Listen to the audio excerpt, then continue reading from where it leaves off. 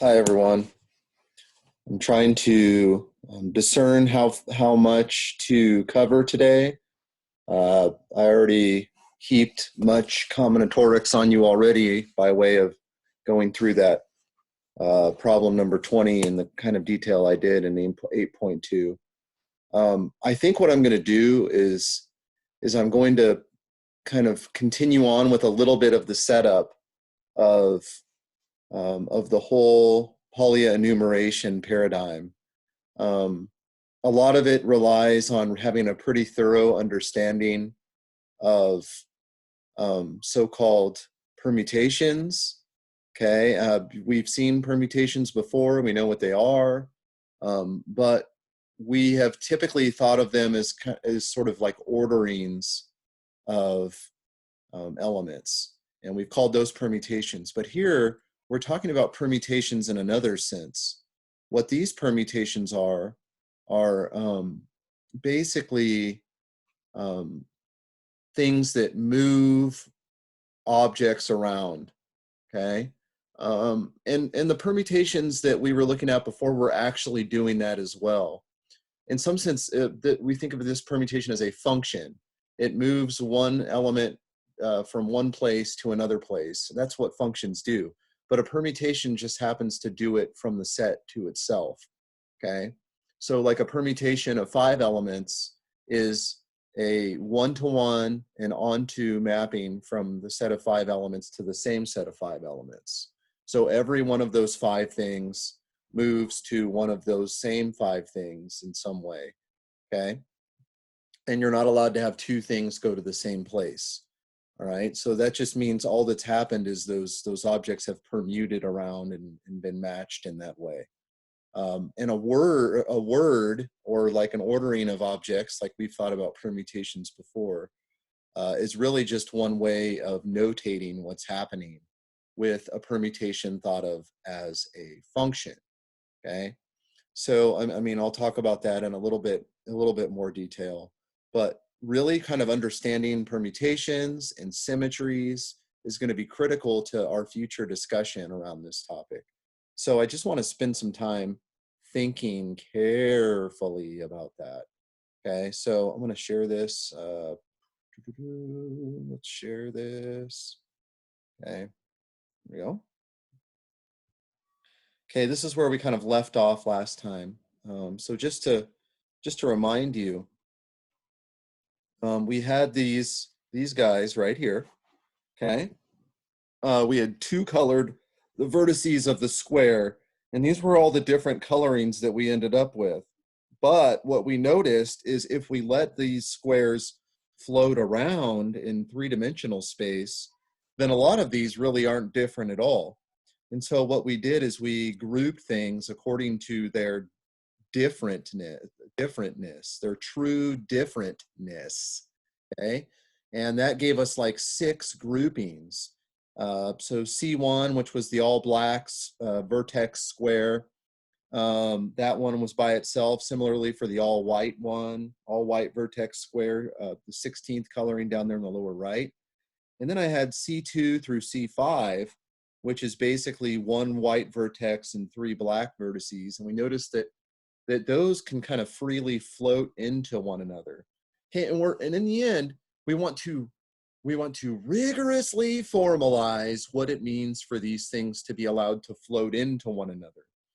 Okay, and you see C6 through C9, that's 2 white and 2 black. Okay, but the 2 whites are adjacent to each other. Okay, C10 and C11, the 2 whites and 2 blacks are kind of at opposite corners of one another. Those 2 can float into one another. And similarly with C12 through C15, you have 3 whites and 1 black. Okay, and we see that there's these weird groupings. They don't even all have the same size. Some of them are size 1, some of the groupings are of size 2, some are of size 4. So even though we initially thought there was going to be like 16 distinct colorings, there really aren't if we allow these things to float around. Okay, there's really only 6. And so the whole goal is to somehow formalize this discussion so that we can come up with that number 6 without having to do all this stuff of drawing everything out and grouping it. We want to have a formal theory that will allow us to be able to find that number 6 just based on the symmetries we're allowing. Now, we defined the identity rotate. So what sorts of things are we doing here when we float these things around, when we float them around? Well, we're rotating things by 90 degrees at a time. Okay, and that's what these first four little functions were that we were coming up with, the rotations. Pi 1 is like the do nothing operation. It's the rotation by 0 degrees to the right, clockwise. Pi 2 was rotation by 90 degrees. Pi 3 was rotation by 180 degrees, and Pi 4 was rotation by 270 degrees. Okay, and that's actually the same thing as rotating backwards, i.e. counterclockwise by 90 degrees. Okay, and then we had these other ones. There were the reflections. Pi 5 was reflection in the vertical axis. Pi 6 was reflection in the horizontal axis. So again, reflection in the vertical axis means we're taking the thing going like this, right? And then horizontal, it's like this, okay? Negative slope axis. So that means, you know, reflection in the negative slope axis. So that means this right here. So we would be flopping these two vertices back and forth. Okay, that wouldn't do anything to C15, but it would do something to C14, right? It would flip these two guys back and forth, which would have the effect of toggling us between C12 and C14. You think about that for a minute, okay? So that's the negative slope one.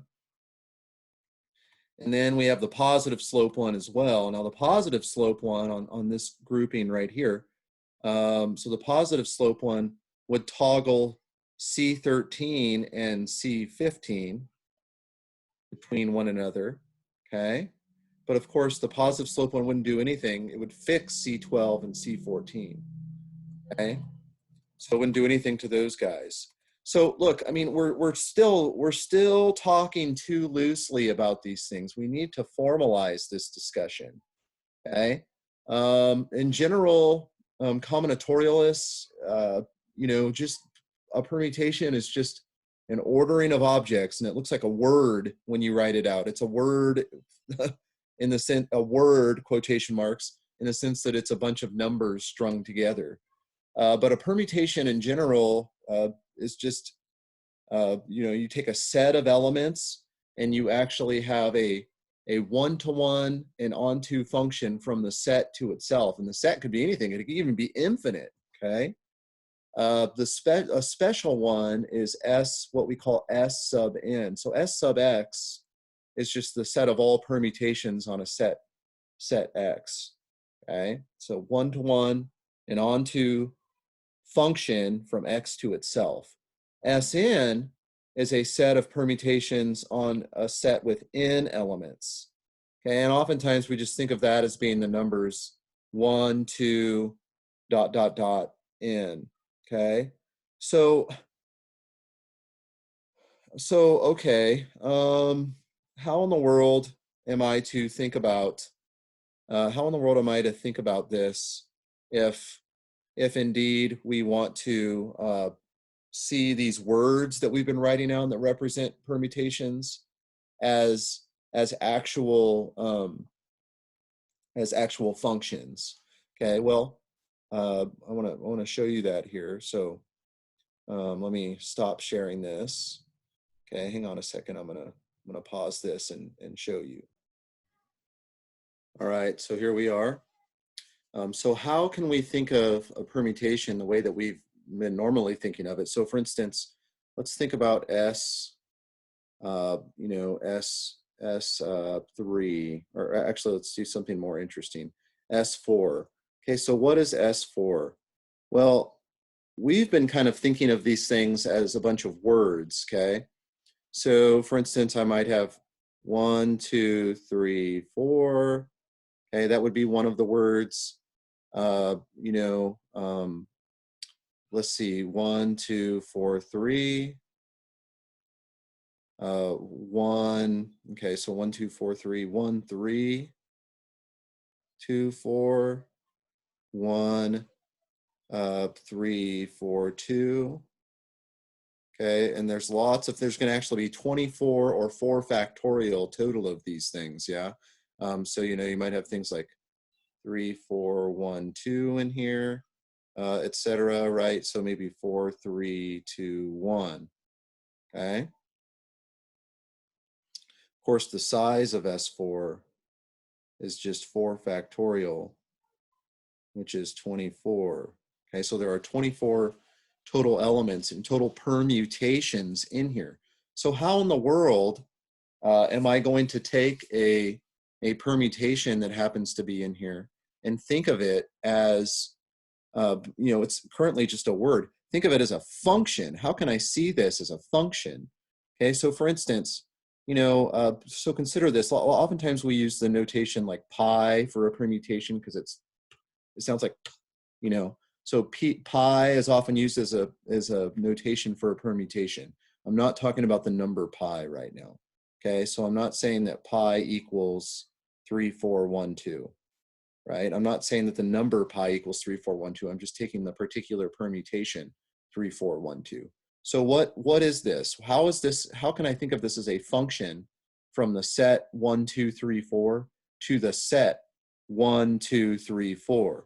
Well, I can basically think of it because the first entry 3, I can think of that as where 1 goes. Okay, and the way we can notate that is in this in 2-line array notation, and this is often referred to as 1-line array. 1-line array notation, and this is 2-line. 2-line. Okay. So what about 2-line array? Well, what we do is we just put the set itself that we're permuting. And that, in this case, it's 1, 2, 3, 4. Okay. And where does 1 go? Well, 1 goes to whatever the first element is, which is 3. Where does 2 go? Well, 2 goes to 4. Where does 3 go? 3 goes to 1. And where does 4 go? 4 goes to 2. Oops, what in the world am I writing? Okay.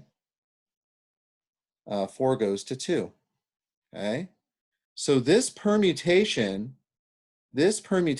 sends 1 to 3, 2 to 4, 3 to 1, and 4 to 2. So I can literally say that pi of 1, what's pi of 1? Pi of 1 is 3. What's pi of 2? Okay. Where does pi send 2? Well, to 4. What's pi of 3? Well, pi sends 3 to 1. And what's pi of 4? Well, pi sends 4 to 2. Okay, so in other words, you know, let me make myself a little room here. So this is 1-line array notation. So in other words, pi, when thought of this way, you can kind of think of it as this first element is pi 1, the second element is pi 2, the third element is pi 3, and the fourth element is pi 4. And I'm not thinking of this as being like a product or anything. It's just a list. It's a convenient way to list things. Okay. So 2-line array, 1-line array notation, all of this, and even like sort of initially thinking of a permutation as, you know, as a word or just an ordering of the elements. Still, I can think of this as a function from the set to itself that is both 1-to-1 and onto. 1-to-1 and onto. We call that a bijection on the set.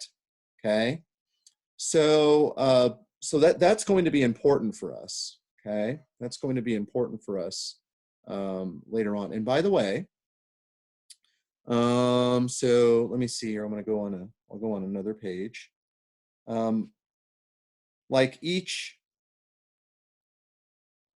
permutation has a so-called cycle or a cyclic decomposition.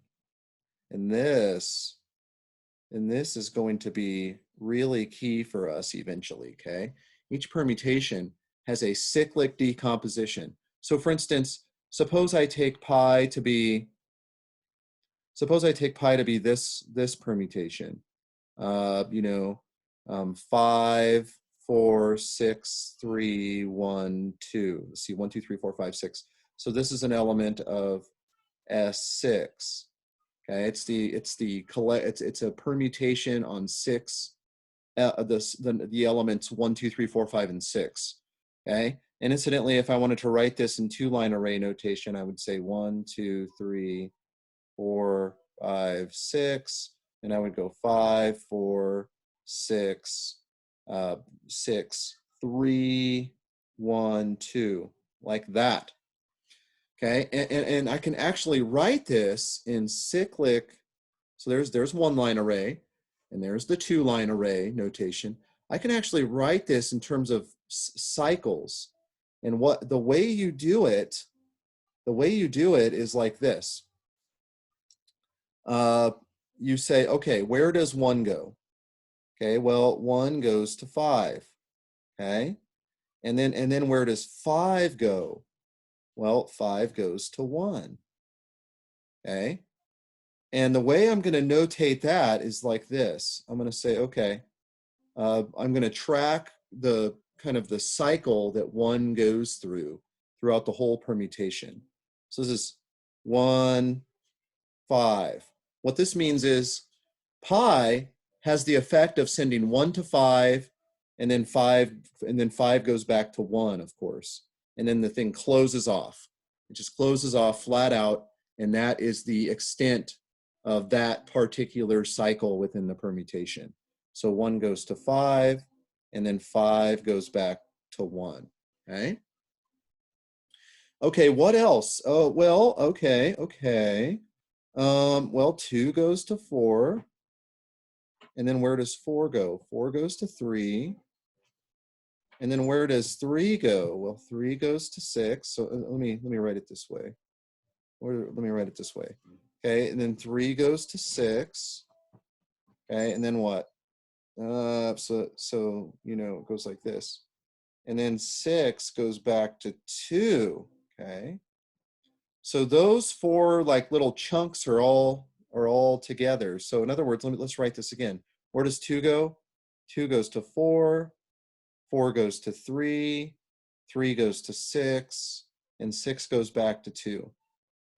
Okay, so you read it that way, yeah? So you go 2 to 4, 4 to 3, 3 to 6, and then 6 goes back to 2. And that is the cycle notation. So again, this is 1-line array. Okay, this is 1-line array. 1-line array notation. Okay, or word notation, if you will.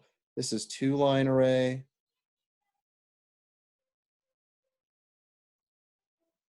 Okay, and what about this? This is cycle. This is the cycle notation or the cyclic notation. Okay, the cycles of a permutation are going to be pretty important to us. Okay, pretty important to us. Okay, so I'm gonna pause this for a minute. We're gonna go back and look at this in the context of our squares. We really need to wrap our mind around these geometric motions that are going on and really understand what's happening on the whole. Okay, all right. I'm gonna pause this. Okay, so let's go back and look at the situation that we found ourselves in before. We've described all of those different motions on the square, and what we would like to do is kind of recast those motions as actual permutations. Okay, so let me share this. Okay, this is actually a picture that happens to be in your text book. Okay, so here it is right here. Okay, Um, so this is exactly what we were saying. So now I've actually labeled flat out the corners of the square, A, B, C, and D. And we've said, all right, pi 1, that was like the identity. Okay, so if the left corner is upper left corner is A, upper right B, lower right C, and lower left D, it just leaves all of those alone. Okay, it leaves every single one of those alone. Now, what about pi 2? Well, pi 2 simply rotates everything by 90 degrees. Okay, so A goes to B, B goes to C, C goes to D, and D goes back to A.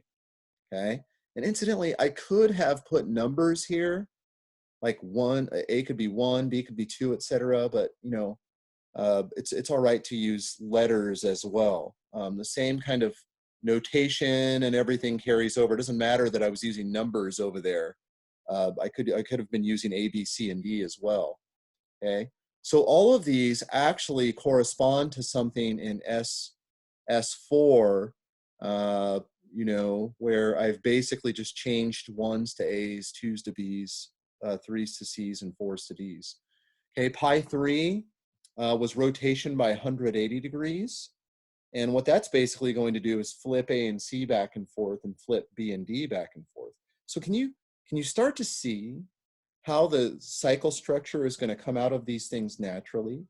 Pi 4 was, by the way, was rotation by 270 degrees, but it's also, equivalently, it's like rotating backwards by 90 degrees. Pi 5 was the vertical axis reflection. Okay, and you can see that there, that it's kind of indicating that with those arrows. Pi 6 reflected in the horizontal axis. Pi 7 reflected in the negative slope axis, okay? And pi 8 reflected in the positive slope axis, okay? So that's where those things come from there.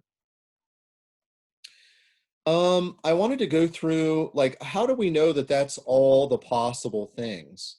How on earth do we actually know that that's everything that we might expect? Okay, how do we know that that's everything? Well, let's actually read through this example. It's one thing I wanted to do because we're eventually going to need to be able to come up with these symmetries on our own. Somebody's going to give us a particular set of things to work with, and we're going to need to be able to come up with a particular object that we're going to be letting float in space, and we're going to need to be able to predict what the set of symmetries are for that thing. Okay. So it talks about this figure up here. It talks about all the motions. And then here, this is the question we're trying to deal with. How was that set obtained? So what if someone handed me something, more complicated than a square, like a 5-gon or a 6-gon or something? And let's imagine the situation where n happens to be even. Okay. So symmetries of the square, we saw that they divided into two classes, either rotations or reflections. Okay. And the rotations were fairly easy to understand. The reflections were a little bit more difficult to visualize. But basically what happened is we went to opposite edges and we kind of put a line of reflection through those opposite edges or opposite vertices. And that's how that happens. This is what it's talking about right here. Okay? If you happen to be in a regular n-gon, the smallest rotation is 360 over n degrees. And any multiple of that is again a rotation. So there are n rotations in all. Now, what about reflections? Well, for a regular even n-gon, flipping about the middle of two opposite sides, right, which is kind of like the vertical and the horizontal axis. So we take opposite sides or edges. That gives us, we have to pair off edges. There's a total of n edges. So there's n over 2 of those. But then you also have the n over 2 opposite vertices or corners. So how many total reflections do we have for an even n-gon? Well, it's going to be n over 2 plus n over 2, which is n. So we had n rotations, and we had n reflections. So we have a total of 2n symmetries. Now, one of the exercises at the end of the section is to show that all of those are actually distinct operations. But then you might naturally ask the question, why in the world is that everything? Why couldn't there possibly be other things that we just missed somehow? Or why couldn't we just take some of these things and combine them and actually come up with other kinds of symmetries of that object? That is, you know, maybe somehow if I do a reflection and a rotation, that is like something new that I have not accounted for. Well, look at this little paragraph right here. This paragraph is super important to that end. Okay. Again, the reason I'm spending so much time on this is I just know from experience that it is a mistake for me to just charge ahead and not spend enough time talking about how to think about symmetries and how they're connected to permutations in the first place. There's just a lot of things that can fall through the cracks very easily, so just bear with me. But this paragraph right here is very important. Okay, so if I'm in an even n-gon, we want to show that those 2n symmetries we just came up with, in reflections and in rotations, are all there are. Well, here's how you do it. Okay, you show that okay, first of all, you know, I'm saying that those are all distinct. You can kind of think about why that's the case. But we can also show that there couldn't possibly be more than 2n, and therefore there's exactly 2n. So how do you do it? Well, you just take a vertex, okay, let's call it x. So take a vertex x and give and grab one of the edges incident to x on the clockwise side. So clockwise means I kind of go around in the clockwise direction, okay? I go around the thing in the clockwise direction. So, so take a vertex and an edge, okay? And the edge coming off of it in the clockwise direction.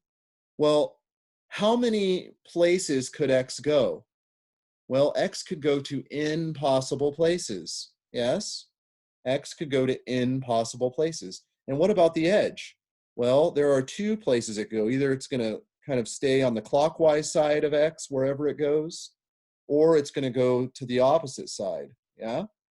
Right, so x has n places to go, and then that edge can flip around like that, right? And so that contributes a factor of 2, where x and that edge could possibly go. X has n places it could go, and that edge could flip either to the clockwise, or stay on the clockwise side, or flip to the counterclockwise side. Okay, so that shows that there are a total of 2n places that a given vertex and an edge incident in the clockwise side could go. So that proves that there couldn't possibly be more than 2n symmetries of the even n-gon. But we already found 2n of them, so there has to be exactly 2n symmetries. 2n symmetries. That, my friends, is fairly awesome. Okay. They have a nice discussion about odd n-gons in here, and they also talk about symmetries of the tetrahedron, and we'll get into that a little bit later on. We'll actually do a fairly thorough discussion of the tetrahedron situation later on. But I just wanted to spend some time talking about these symmetries because I think it's important. Now, here's where they start talking about breaking down certain permutations into cycle structure, okay? And as you can see here, remember pi 2? Pi 2 was the pi 2 was the rotation by 90 degrees of the square. And we know that sent A to B, B to C, C to D, and D back to A. So look, here they're writing this in the cyclic notation right here. Okay, so that's what's going on right here. Similarly, what about pi 3? Pi 3 was rotation by 180 degrees.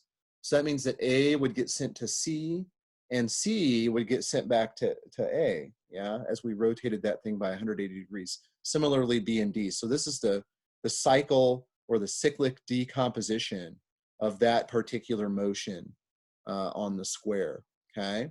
So we're starting to see the connection between these geometric motions and these and permutations, which is something that we're well familiar with. Okay, and what about pi 4? That was rotation by 180 degrees or 270 degrees. Okay, so that means A, B, C, D. A goes all the way to D. Okay, D goes all the way to C, C goes all the way to B, and B goes all the way back to A. And that's the same thing as going backwards by 90 degrees in the counterclockwise direction. Pi 7 was the, I think that was the positive slope. Yeah. That was the positive slope thing, okay? Well, A basically is fixed. So you kind of put A in its own little parenthesis when you do that. B and D flip back and forth, and C is fixed as well. Okay, so that's interesting. So we're going to actually take these things, okay, now that we have a full scoped knowledge of what's happening with these, we're going to take those and we're going to start thinking about how these things operate on these various colorings that we had above. Cyclic decomposition is key. So make sure you understand what's happening here, okay? I think that's all I'm going to do for now, because I already kind of beat you over the head with some stuff earlier. So I'm going to leave it at that, and I'll see you either in class today or office hours on Thursday, or maybe on Thursday in class. Bye for now.